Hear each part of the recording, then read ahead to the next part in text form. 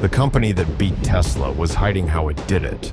The record sales, the record profit, the unstoppable rise, built on numbers that don't add up. They reported one figure. Analysts found another, 10 times larger. They knew what was on the books. They knew what was kept off them. And the gap between the two was $40 billion. The same analysts who saw Evergrande coming are now looking at BYD. 4.3 million cars sold in a single year. The largest electric car maker on the planet. This is how the miracle was actually built. To understand what analysts found, you first have to understand why the world fell in love with BYD. Most car makers assemble. They buy the parts. Batteries from one supplier, chips from another, software from a third, and bolt them together. BYD refused that model. It built almost everything itself. The batteries, the semiconductors, the motors, even at times, its own raw lithium. That was the story everyone told. Total control, no supply chain to break. When the global chip shortage stopped rival factories in 2021, BYD kept building. When others faced shortages, BYD controlled its own inputs. Analysts called it the most vertically integrated car maker since Ford a century ago. And it worked on the surface. By 2024, BYD had passed Tesla in global electric vehicle sales. 4.3 million vehicles, 41% growth in a single year. A compact sedan with a range rivals couldn't match at the price of a base Volkswagen Golf. But a machine that size runs on cash. Enormous, constant, relentless cash. And when you look at where that cash actually came from and where it quietly went, the miracle starts to look like something else.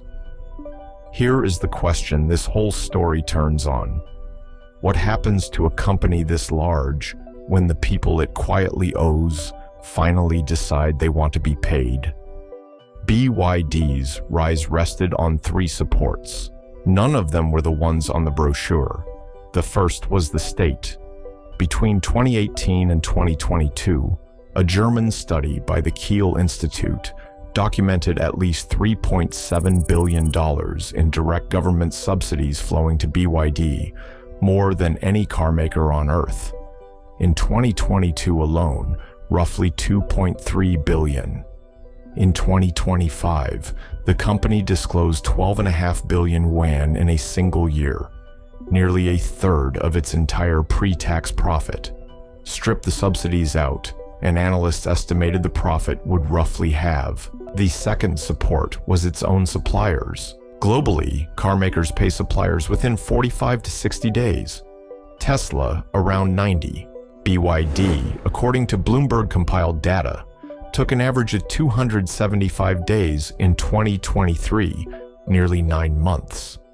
Instead of cash, it often issued digital I owe us through its own financing platform. By 2023, the other payables on its books had climbed from 41 billion yuan to 165 billion, a 4-fold jump in 2 years.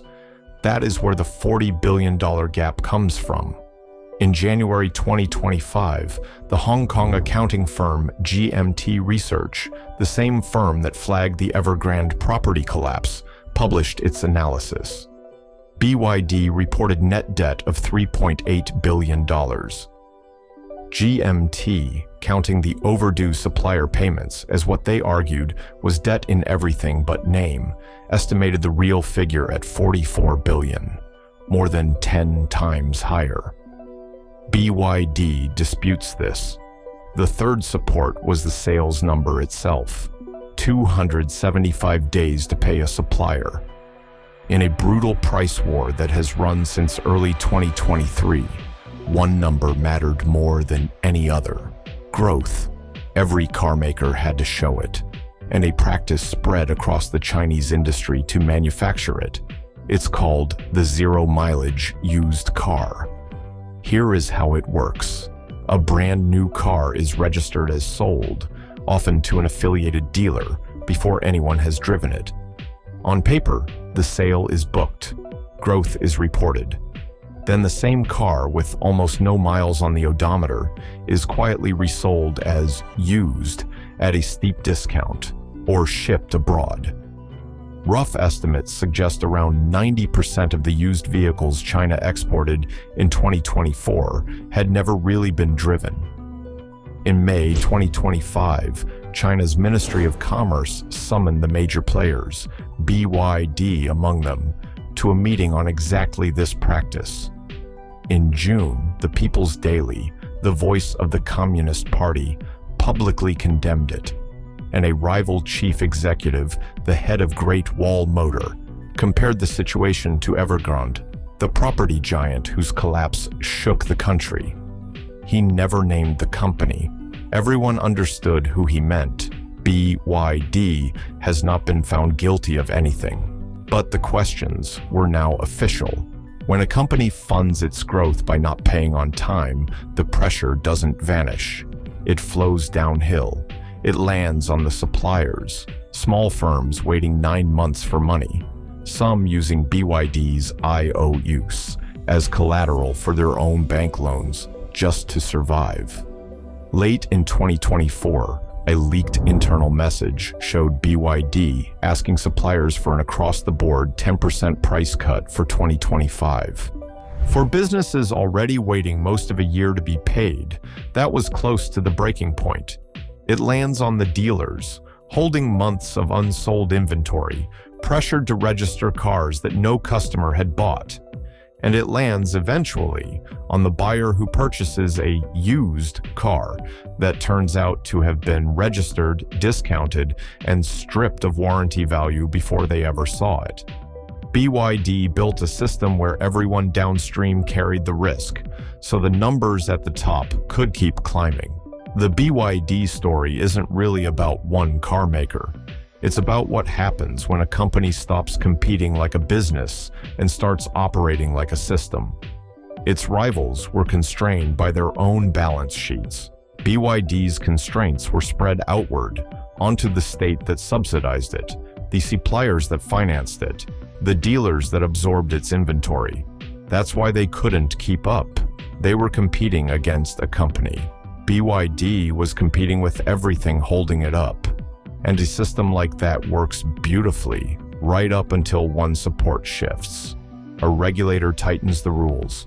A supplier refuses the terms. A market abroad slams the door with a 27% tariff. None of those, on its own, is fatal.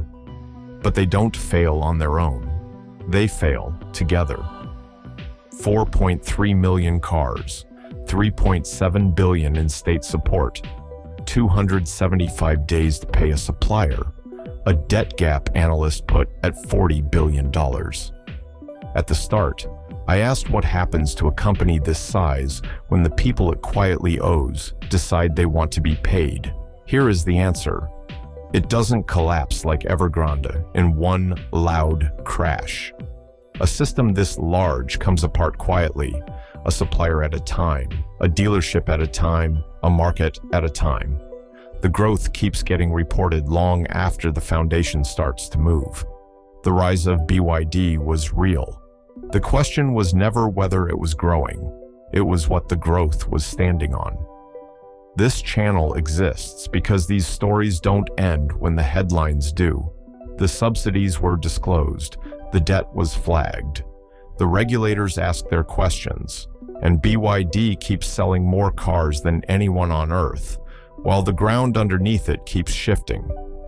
If this made you look twice at the word miracle, good, it should. Subscribe to Auto Underworld. Every week, we go after the stories the industry doesn't want told.